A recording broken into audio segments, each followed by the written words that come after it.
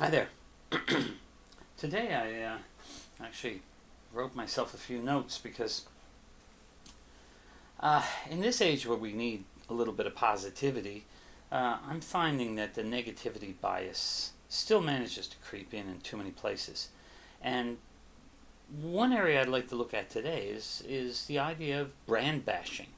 I mean, picking a camera brand and basically berating it based on, in many cases, nothing. Simply something they heard. Let me give you a simple example. I have for many years shot Pentax because I started out with a Pentax film camera and eventually went on to Pentax digital cameras. Now, this is a Pentax K3. There are some very good reviews of the K3 by pretty much all of the legitimate reviewers. They all say pretty much the same thing. Excellent camera, autofocus maybe not up to the best of the competition, and the video is meh, usable, but nothing great. Not exactly a scathing review.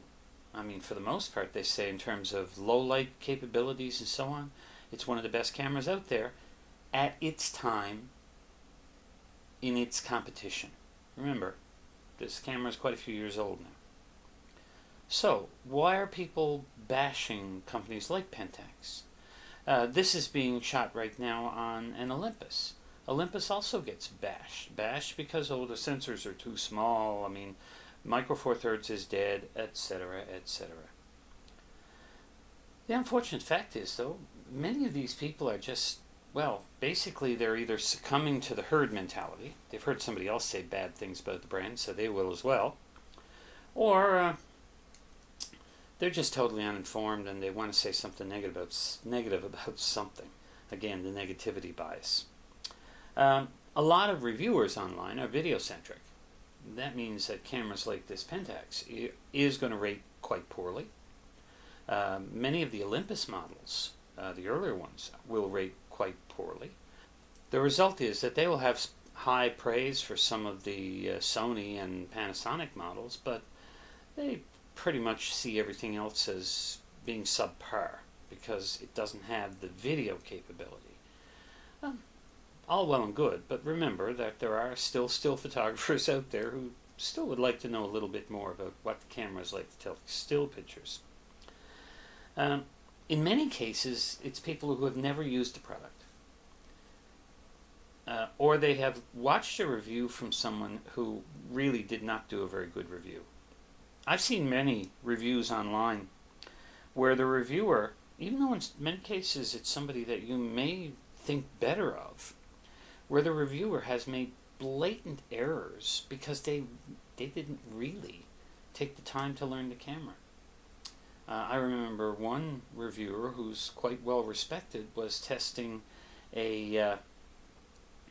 I think it was an Olympus model, and he was using adapted lenses. And what he was doing, when the camera asked for the focal length of the adapted lens so that the image stabilization would work, he would double the focal length of the lens he was using, and that's what he put in. So if he put a 50mm lens on the camera, he'd punch in 100, and then he'd complain that the image stabilization doesn't work very well. Of course it didn't. The point is that focal length is focal length. If you put a 50 on the camera, you punch in 50. The camera does not need to be told that, this is going to act like 100mm. On the camera, it's a 50mm lens. But that sort of error, of course, really makes then the whole thing, a lot of people look at that and say, the image stabilization, that camera's not very good, I'm not going to buy that. There you go. Other cases have been simple little things, like somebody who couldn't realize why the lens hood didn't fit the lens. And, without bothering to check that there is a simple trim ring that needed to be removed first before putting the hood on. That's two examples I've seen. And in both cases, those videos had thousands and thousands of views. So that's people who, actually had an influence on probably the buying of some people. So some people passed up products which may have been good for them, may not. But they'll never know because, of course, the reviewer told them that it was no good, even though the reviewer was totally uninformed. Horses for courses. I've used that term once before. The point is that there are cameras that are well suited for certain types of photography, but not for others. If you are a birder or a wildlife photographer, you're not likely to run out and buy a Fujifilm X100 model for birding. It would be quite difficult. You'd have to get awfully close to the birds. I mean, a 23mm lens, that's going to be a bit of an issue. So, that particular camera is not suited for that particular job. Other cameras are.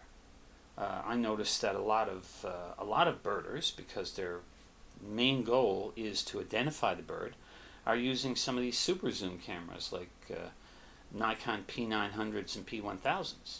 Now, do they give you the ultimate in image quality?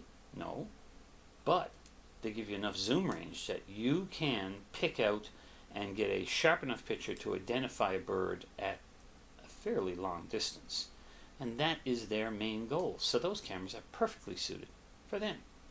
Also, of course, to buy an SLR or a mirrorless camera with that much focal length, you'd be carrying around a tremendously heavy lens, and it just wouldn't be practical. Okay. Another thing is this totally obsession with color science. Now, I call it an obsession for one simple reason. The same people who are pushing this are the ones that are telling everybody to shoot raw.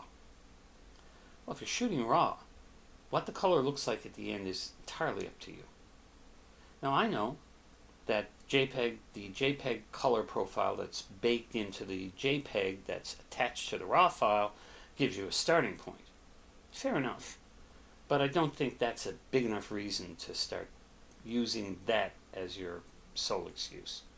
And then it just becomes an excuse. It's cognitive dissonance. It's, how can I justify the fact that I bought this camera instead of that one? Anyhow, guys, point is that my camera collection contains an awful lot of cameras that are, how should I put it, not highly rated. But I'm quite happy with them. And I think that most of you, if you really stop and look closely, go out and look for good reviews. People like Gordon Lang gives a very fair, very good review. Since they've started working with DP Review, I've noticed that you're getting usually very good information from Chris and Jordan.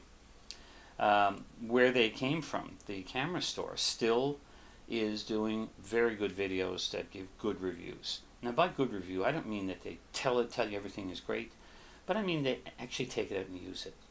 They don't just read specs. They don't just play with the controls. They make sure they know how to use them before they go out there. And if something seems to have seems a little unfair to them, they'll try it again. For instance, the Olympus Pen F focusing system really caused a great deal of issues for them the first time they tried it. So they took it out and they tried it again. And unfortunately, they still couldn't get the results they would have liked to have gotten from a camera in that range. Fair enough. I mean, would I want a Pen F? Of course I would. But I'm willing to put up with the fact that it may not be very good at tracking action, because none of the cameras I have now are particularly good at tracking action anyway. Well, guys, I'm going to file this as a "oh dear, it's gear" video, even though there's no real gear in it, for the simple fact that I'm talking about making choices, making decisions. Don't run out and buy things based on nothing. People like Matthias Berling, who has a YouTube channel, he is very much into usability of the camera and the look of the images. So he really doesn't get into specs at all. I love his line where he said that this camera has 6 megapixels, which is 1 megapixel more than you really need. Because, you know, he is a realist. He realizes that most people are consuming their images on a mobile device or on a computer screen. And as a result, most of those are no greater than 4K. 4K gives us what, a whopping 8 megapixels. So anything beyond that, what I look at is, since I've gotten a camera with 12 megapixels, I've never had an issue. So 12 megapixels and higher, everything above that, like I said before, is gravy. It's bonus. Okay guys, if you like this video, give it a like. If you'd like to see more of my videos, then subscribe to this channel. And of course, if you think anybody's going to get anything useful from this video, even if it's only a warning to beware of online reviews, then share it. Well, bye for now.